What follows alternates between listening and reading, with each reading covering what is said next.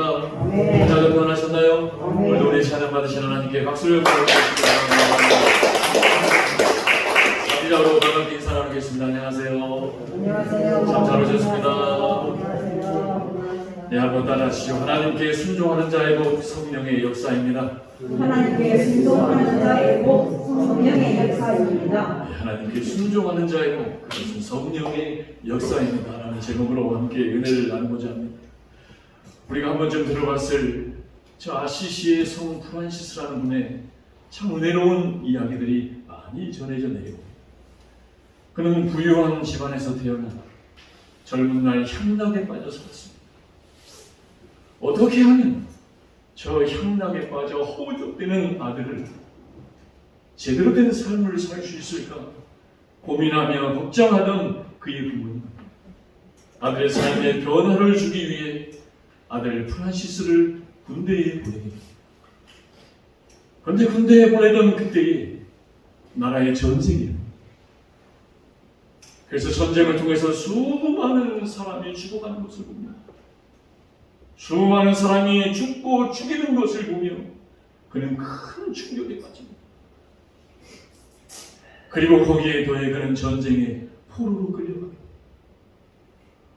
언제 죽을 줄 모르는 두려움과 고난과 고문과 고초와 근심 가운데 그는 정신병입니다.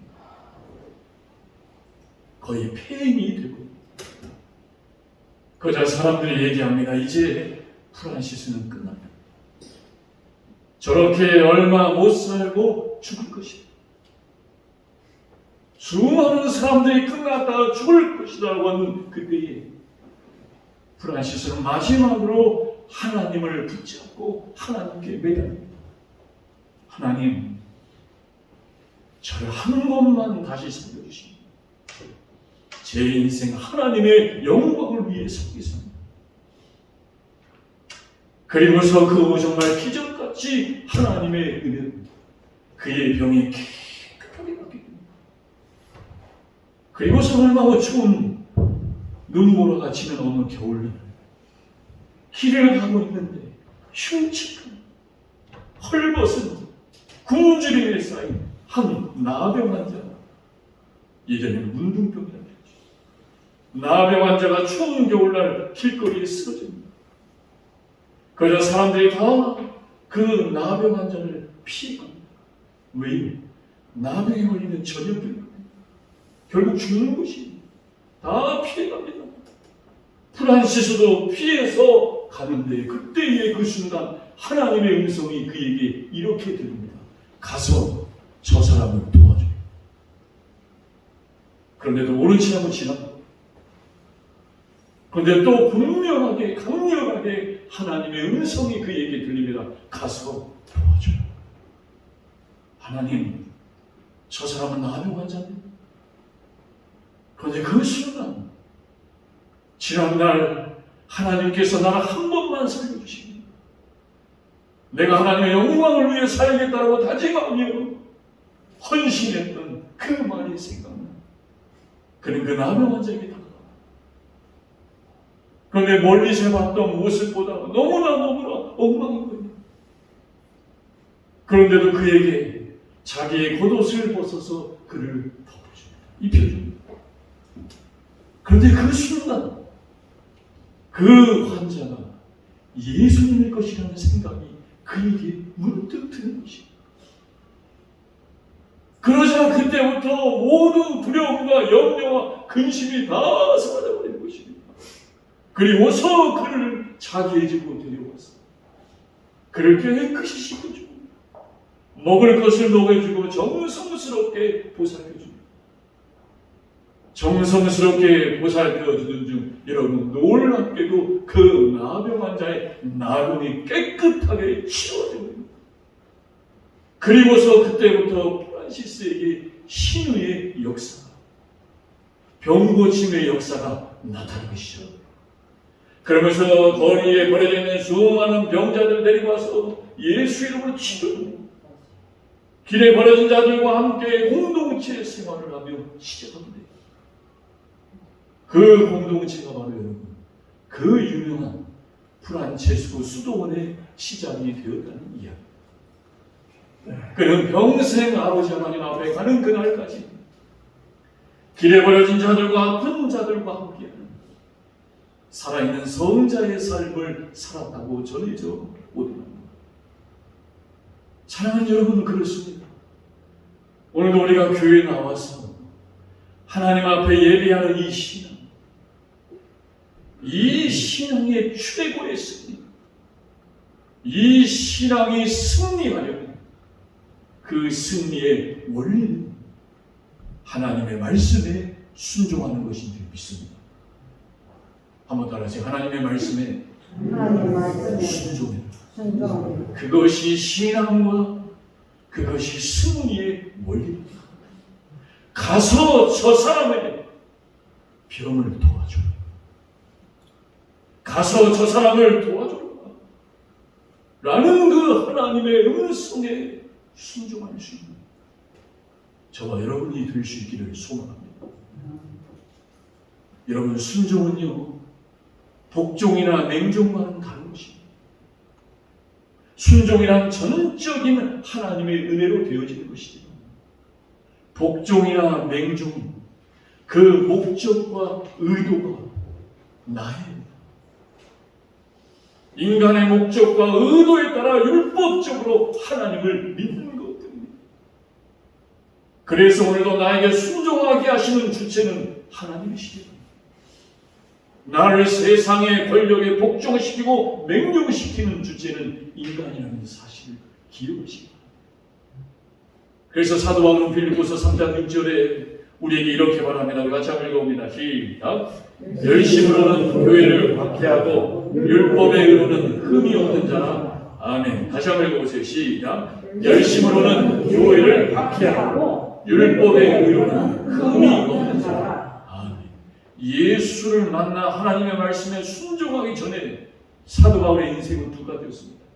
열심은 있었는데 그 열심으로 뭐 했어요? 교회를 박해하고, 그리고 율법으로는 흠이 없는 완벽한 자를 살았다. 여러분, 완벽한 자 좋나요? 율법이 뭡니까? 율법은 따라해보세요. 맞고 틀리고, 맞고 틀리고, 옳고 그르고, 매사를 맞고 틀리고, 매사를 옳고 그르고로 판단하면서 저 사람이 보는 내가 흠이 없는 자로 살아가는 게 내 인생의 목표예요. 여러분, 인간이 흠이 없을 수 있어요? 그 얼마나 불행한 인생이에요. 저는 목회자 가정에서 태어났어요. 제가 보니까 이 목회자 가정에서 자란 목회자의 자녀들이 이 율법으로 살아가는 경우가 너무나 많습니다. 그리고 교회 중직자의 자녀, 날마다 내 기쁨이 아니라 다른 사람이 나를 보고 교회에서 거룩하지, 안 그러지, 시간도 절대 늦으면 안 됩니다. 늦으면 틀린 거예요.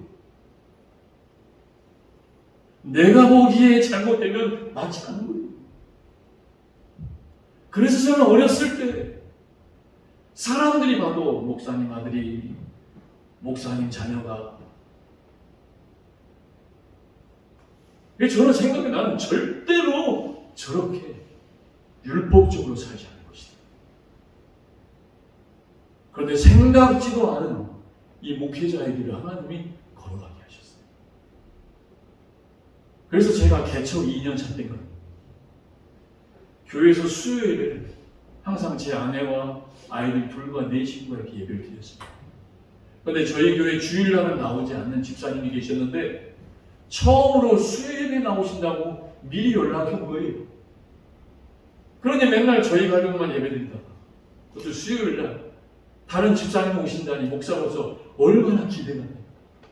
또 얼마나 또 거룩한 척도 보여야 됩니까? 그래서 그냥 미리 가가지고 또 찬송 틀어놓고 또 이런 척 또 하고 싶어다 보니까 마음이 좁아지기 시작. 아이들이 어리다 보니까 시간이 늦어질 수밖에 없어요.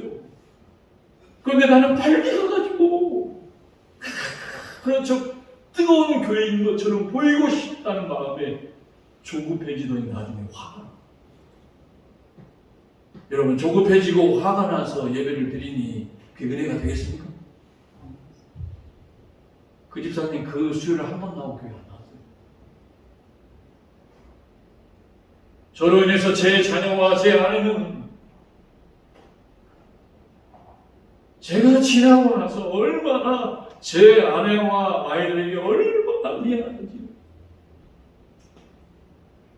여러분, 오늘 이 자리에 나와 예배드리는 우리 혜서, 재호, 우리 겸유, 하은이, 여러분 하나님의 은혜로 축복하시기 바랍니다. 예배를 이렇게 드려야지, 저렇게 드려야지. 순종이 제사보다 낫다고 했어요. 제사보다 하나님의 말씀에 순종하여 이 자리에 나온 그 순종을 하나님은 기뻐하신다. 아이들뿐만이 아니라 우리 성도들 모두가 우리는 율법이 아니라 하나님의 은혜와 사랑으로 함께 가야 하는 교회가 되어야 할 줄 믿습니다. 그런데 사도 바울은 율법이었어요. 평생을 율법으로, 열심으로 율법을 썼어요. 그러니 주위에 사람이 없어요. 냉철합니다. 똑똑하고 천재입니다. 그런데 싫어요. 이 율법의 사도 바울, 율법의 예수에서 사랑의 예수를 만납니다. 한번 따라해보세요. 율법의 예수에서 사랑의 예수를 만나야 됩니다. 사랑의 예수를 만나야 됩니다. 맨날 맞고 틀리고 옳고 그르고를 위해서 공부하고 또 공부했는데 사랑의 예수님이 사랑으로 그 맞고 틀린 걸 덮어버립니다. 아, 율법으로 사는 게 아니라 사랑으로 살아야 됩니다. 그 주님의 사랑 앞에 사도 바울의 모든 것이 순종하며 살아가는 자가 되게 하여 주십니다. 그것이 하나님의 은혜라는 것입니다. 그 은혜를 경험한 사도 바울이 고린도전서 15장 10절에 이렇게 고백합니다. 같이 한번 읽어봅니다. 시작. 그러나 내가 나된 것은 하나님의 은혜로 된 것이니 내게 주신 그의 은혜가 헛되지 아니하여 내가 모든 사도보다 더 많이 수고하였으나 내가 한 것이 아니오 오직 나와 함께 하신 하나님의 은혜로라. 아멘. 나의 나된 것은 뭐래요? 하나님의 은혜. 나의 나된 것은 율법이 아니라 하나님의 은혜라는 거예요. 내가 하고 내 열심과 내 뭐로 되는 게 아니라 하나님의 은혜와 마지막 오직 나와 함께 하신 하나님의 은혜일 뿐이다. 만약에 여러분 사도 바울이 이 하나님의 은혜가 아니라 율법으로 사도의 사명을 감당했다면 가는 곳마다 따지고 가는 곳마다 옳고 가는 곳마다 치지고 복구하다 끝났을 것입니다. 그래서 여러분 순종과 복종 그리고 은혜와 율법을 구별할 줄 알아야 내 신앙의 성장과 성숙이 온다는 사실을 기억하시기 바랍니다. 순종과 복종이냐 아니면 오늘도 율법이냐 은혜냐를 구별할 줄 알아야 내 신앙의 성장이 오더라. 그래서 오늘 본문 말씀에 사도행전 5장 32절 같이 한번 읽어봅니다. 시작. 우리는 이 일의 증인이요 자기에게 순종하는 사람들에게 주신 성령도 그러하니라 하더라. 아멘. 우리는 이 하나님의 은혜의 증인이 되었다는 거예요. 사랑하는 여러분, 은혜의 증인들이 되시기를 축복합니다. 율법의 증인들이 되세요. 이제 본문을 통하여서 그 하나님의 은혜가 무엇인가 우리 본문을 통하여 살펴보기를 원합니다. 첫째입니다. 우리 30절 말씀 같이 한번 읽어봅니다. 시작. 너희가 나 위에 하나 죽인 예수를 우리 조상의 하나님이 살리시고 아멘. 첫째입니다. 같이 한번 읽어보실까요? 시작. 성령이 역사하는 순종의 복은 주님의 부활이 내 속에 이루어지는 것입니다. 아멘. 여러분, 예수님의 부활은요, 인간의 머리로는 도무지 이해가 되지 않는 사건입니다. 그것은 오직 하나님께 순종하는 자에게 성령의 역사로 믿어지게 되고 깨달아지게 되는. 베드로도 처음에는요, 예수님이 부활하셔서 베드로 앞에 나타나시자 베드로도 깜짝 놀라긴 했지만, 저 주님이 정말 부활하신 것인지 부활로는 믿어지지 않고 깨달아지지 않았다. 예수님이 제자들을 처음 부르실 때 뭐라고 하십니까? 내가 너희를 물고기 잡는 어부가 아니라 사람을 낚는 어부가 되게 하리라. 그런데 주님이 십자가에 죽으시고 다시 부활하셔서 나타나셨는데도, 눈으로 보는데도 보기는 보는데 믿어지지 않고 깨달아지지 않고, 우리가 여러분 어떤 일을 볼 때 아무리 얘기해도 믿어지지 않고 깨달아지지 않는 사람들 있잖아요. 보는데도 부활의 주님을 믿지 못하고 깨달아지지 못해요. 그러자 어떻게 합니까? 지난날 물고기 잡던 어부의 길로 다시 돌아가. 우리 요한복음 21장 3절 같이 한번 읽어봅니다. 시작. 시몬 베드로가 나는 물고기 잡으러 가노라 하니 그들이 우리도 함께 가겠다고 나가서 배에 올랐으나 아무것도 잡지 못하였더니 4절도 같이 한번 읽어보세요. 시작. 날이 새어갈 때 예수께서 바닷가에 서셨으나 제자들이 예수이신 줄 알지 못하는지라. 아멘. 그러고 주님이 부활이 못 믿어지니까 다시 옛날로 돌아가고 있어요. 그런데도 예수님은 그 돌아간 제자들 다시 믿게 하고 깨닫게 하려고 돌아가서 물고기 잡고 있는 제자들을 찾아가십니다. 찾아가셔서 물고기를 잡는데 한 마리도 못 잡아요. 그때 주님이 뭐라고 하십니까? 깊은 곳으로 던져라. 깊은 곳으로 던져라는 그 말씀을 듣고 이 깊은 곳으로 던지라는 말씀은 내가 제자가 되기 전에 물고기 잡는 어부로 살 때 주님이 나에게 하셨던 말씀인데 주님이시잖아. 그리고서 주님을 보는데도 주님이 부활하셨다는 것은 믿어지지 않고 깨달아지지 않는 거예요. 그래가 주님이 그들이 잡은 물고기를 가지고 조방을 먹으신 후에 제자 베드로에게 묻습니다. 내가 나를 사랑하니? 그런데도 깨달아지게 하고 믿게 하려고 물으세요. 내가 나를 사랑하니까? 그때 베드로가 뭐라고 합니까? 내가 주를 사랑하는지 주께서 아시나이다.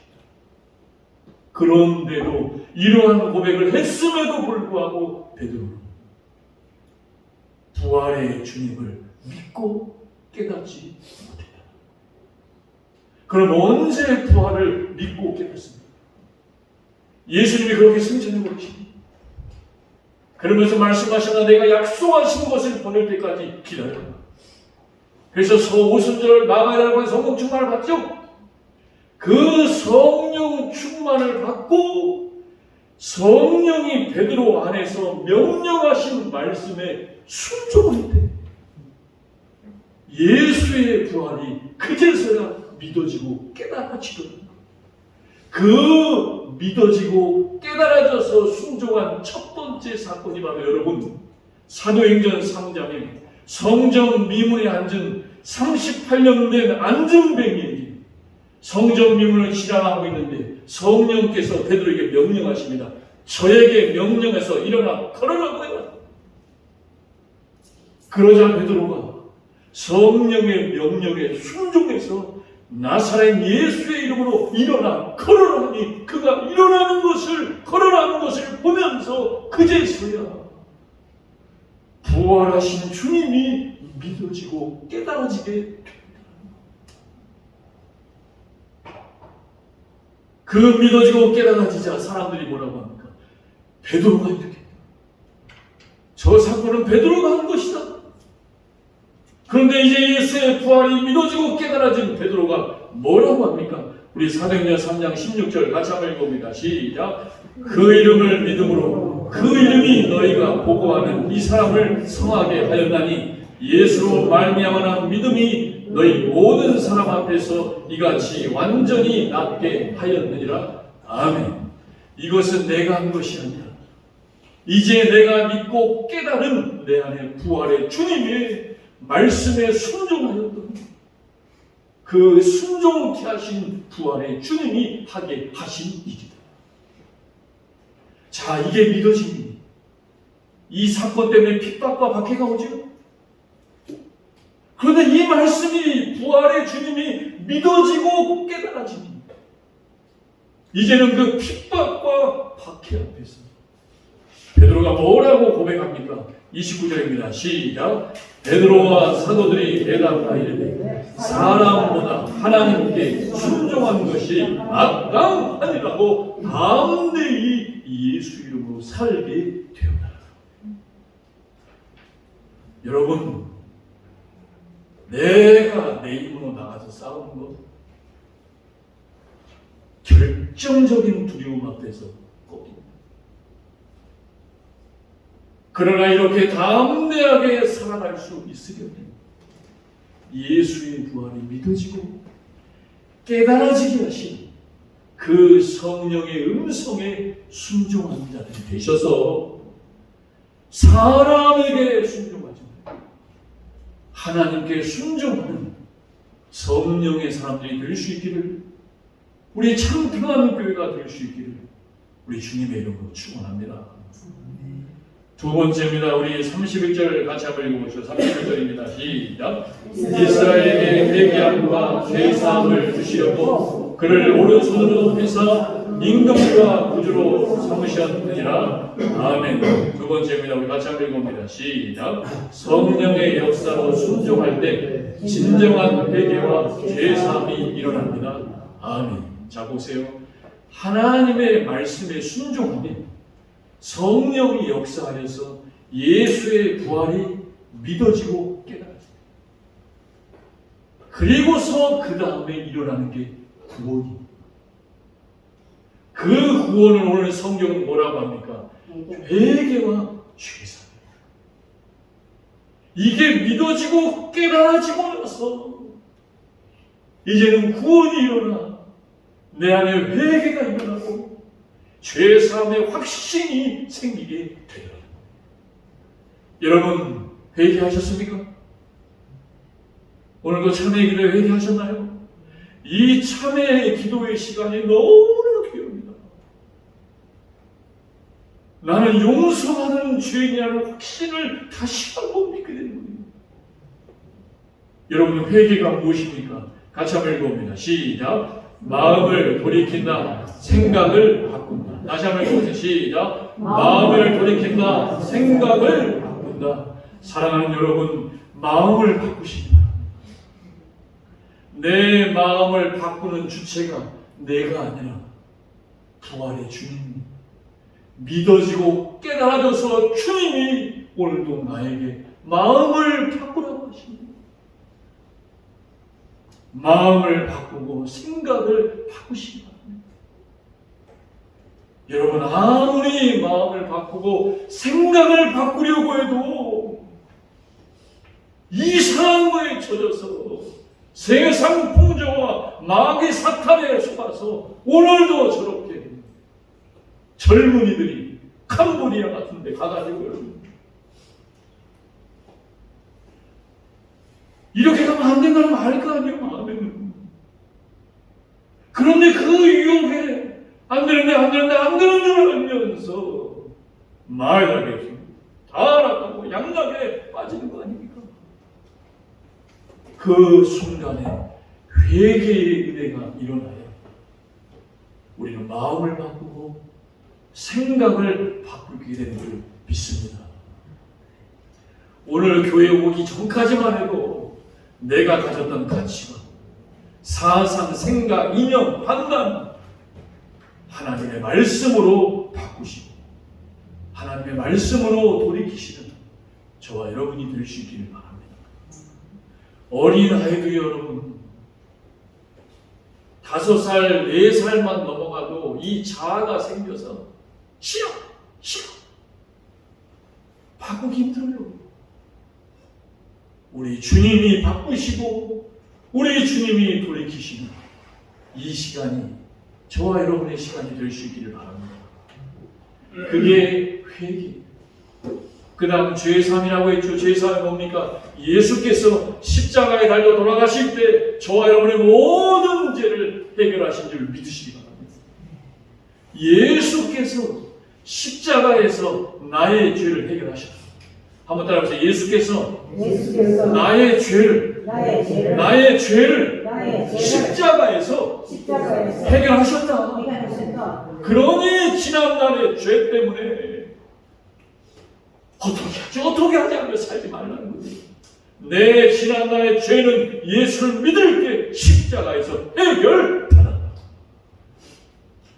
그래야 마귀 맨날 뭐합니까? 너 옛날에 너가 어떤 인간인가? 그 죄에 사로잡히면 정치인들 모두 보세요. 그 사람을 넘어지게 할 때 어떻게 다 옛날의 죄 해가지고 그 옛날의 죄를 회개해서 끝내버려야 돼요. 십자가에서. 그래서 여러분 한번 따라해보세요. 시작. 나의 죄성은 십자가에서 이미 죽었다. 다시 한번 시작. 나의 죄성은 십자가에서 이미 죽었다. 죽은 것입니다. 여러분. 어떤 목사님이 지난주에 들은 얘기, 옛날에 몰래 죄를 많이 지며 살았나 봐요. 그러다가 교회 담임 목사로 갔어요. 교회가 구조 있는 교회 담임 목사로 갔어요. 그런데 이 목사님이 간 담임 목사가 된 걸 옛날에 알던 친구가 알게 된 거예요. 그리고 전화해 돼. 야, 너 옛날에 300만 부쳐. 300 붙이면 내가 조용히 줄게. 그럼 어떻게 해야 돼? 어떻게 하실 거예요? 알았어. 어디가? 불러. 이거예요? 내 죄는 해결받았다 그래야 될 거 아니에요? 근데 이 목사님 300만 원 붙였네. 끝났을까요? 붙이고 나더니 좀 이따 또 올라갔어요. 이제 더 큰 액수를. 그래가지고 이 목사님이 두려워서 그걸 사모님께 얘기했어요. 그래서 사모님이 내 예전에 해결을 받았다. 나한테 전화하라고 해. 그 사모님이 전화해서 알리라고, 교회 알리라고, 알아서 하라고. 더 다음 댁이 나갔더니 그 다음부터 연락이 안 되거든요. 알아서 하세요. 여러분. 과거의 죄에 사로잡히는 건 어떤 일이겠습니까? 그때 믿음으로 다음 댁에 가셔야 돼요. 내 죄는 하나님이 해결하셨는데 내가 아직 회개한 게 없다면 회개해야지. 내 죄는 주님이 십자가에서 해결해 주셨다. 그래서 우리는 죄사함과 회개의 확신과 어려움이 올 때마다 갈라디아서 2장 20절 말씀을 외우고 또 외우고 또 외워야 됩니다. 다시 한번 읽어봅니다. 시작. 내가 그리스도와 함께 못 박혔나니 그런즉 이제는 내가 사는 것 아니요 오직 내 안에 그리스도께서 사시는 것이라. 이제 내가 육체 가운데 사는 것은 나를 사랑하사 나를 위하여 자기 자신을 버리신 하나님의 아들을 믿는 믿음 안에서 사는 것이라. 아멘. 또 한번 읽어보세요. 시작. 구원의 확신만큼 능력 있는 삶을 살게 되는 거예요. 나는 구원받았다. 주님이 내 죄를 용서하셔서 나는 구원받았다는 이 구원의 확신만큼 능력 있는 삶을 살아가게 되는 줄 믿으시기 바랍니다. 주님을 믿으셔야죠. 왜 과거의 죄를 나를 올가매는 그 어둠에 속아서 넘어집니다. 여러분, 사도 베드로는 학문이 그렇게 길지 않은 사람이에요. 배우지 못했어요. 똑똑하지 못해요. 그러나 부활의 주님이 믿어지고 깨달아져서 내가 구원받았다는 확신이 생기니 어떠한 능력 있는 삶을 살며 오늘 선포합니까? 우리 19절 말씀 다시 한번 읽어보시오. 시작. 베드로와 요한이 대답하여 이르되 하나님 앞에서 너희의 말을 듣는 것이 하나님의 말씀을 듣는 것보다 옳은가 판단하라. 아멘. 이 믿음으로 살아가는 자가 되시기 바랍니다. 마지막 세 번째입니다. 31절, 32절 읽고 마치겠습니다. 시작. 이스라엘에게 회개함과 죄사함을 주시려고 그를 오른손으로 높이 상 임금과 구주로 삼으셨느니라. 우리는 이 일의 증인이요 순종하는 사람들에게 주신 성령도 그러하니라 하더라. 아멘. 마지막 세 번째입니다. 다시 한번 읽어봅니다. 시작. 성령의 역사로 순종할 때 예수님이 나의 구주와 임금 되심을 믿게 됩니다. 아멘. 하나님께 순종하는 자에게 성령의 역사로 예수님의 부활하심이 믿어지고 깨달아진다 그랬죠. 이게 믿어지고 깨달아질 때 구원이 찾아온다 그랬죠. 이 모든 구원을 주신 것이 바로 승리라는 거예요. 그래서 저와 여러분은 승리하였다는 거예요. 승리하였네. 이 승리의 모든 것을 주신 주님이 바로 나의 뭐라고요? 나의 구주요, 나의 왕이요, 나의 임금이시오. 여러분, 구주가 무엇입니까? 나를 구원해 주셨다.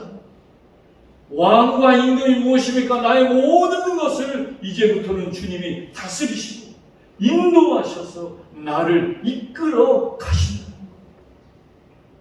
여기까지 믿어야 된다. 그런데 대부분의 사람들은 여러분, 죄 지으는 교회, 죄 때문에 교회 나와요. 그러니까 예수님은 항상 내 죄를 용서해 주시고 그 죄 용서에서 끝나지 말고 더 나아가서 뭐 하라고요? 그 주님이 이제는 나를 다스리셔서 나의 주인 되시고 나의 왕이 되시니 나는 그 왕이신 주님의 말씀 따라 살아갑니다. 여기까지 가야 여러분 하나님의 말씀의 순종의 역사가 저와 여러분의 삶 가운데 나타나는 줄 믿습니다. 그래서 여러분 사도 베드로도 이 주님이 나의 왕이고 나의 임금이고 구주인 것을 믿어지지 못하니 어떻게 돼요? 부활하신 주님이 왔는데도 옛날로 돌아가서 물고기 잡는 거예요.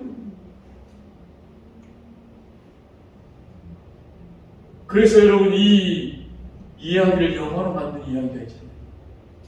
영화 옛날 영화 가운데 코어바디스 보셨죠? 네. 코어바디스라는 영화에 보면 로마 시대 네로 황제가 로마를 부르짖잖아요.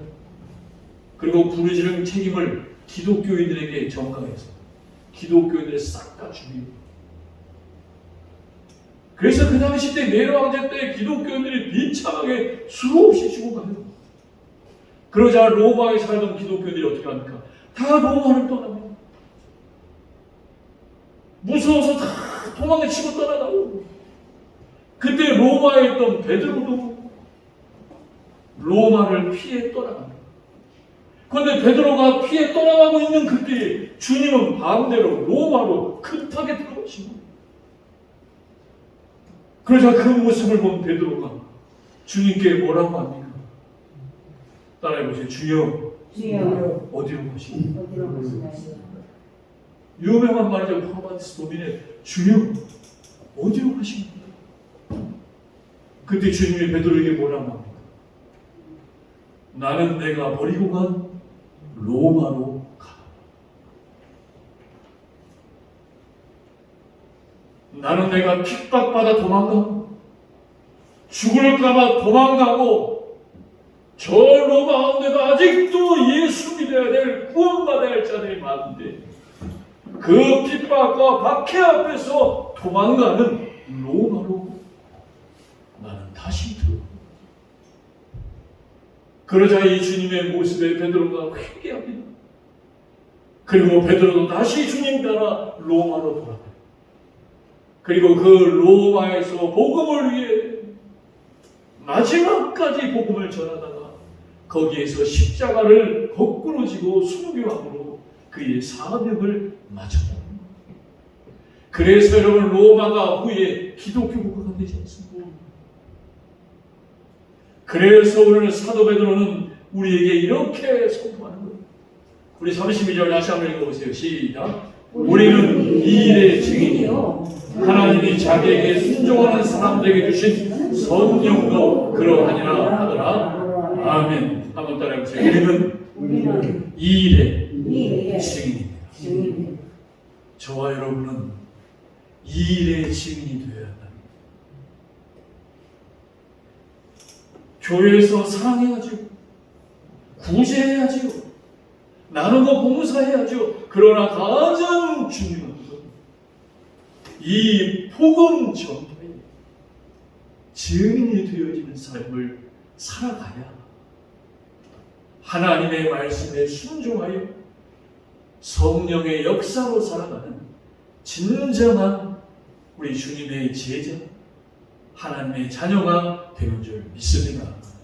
오늘부터 시작된 한 주간도 이 일의 증인 되셔서 하나님의 영광을 위해 살아가는 저와 여러분 모두가 될 수 있기를 주님의 이름으로 축원합니다. 이 시간 말씀 생각하며 결단의 기도 드릴 때 사랑의 하나님 아버지, 그렇습니다.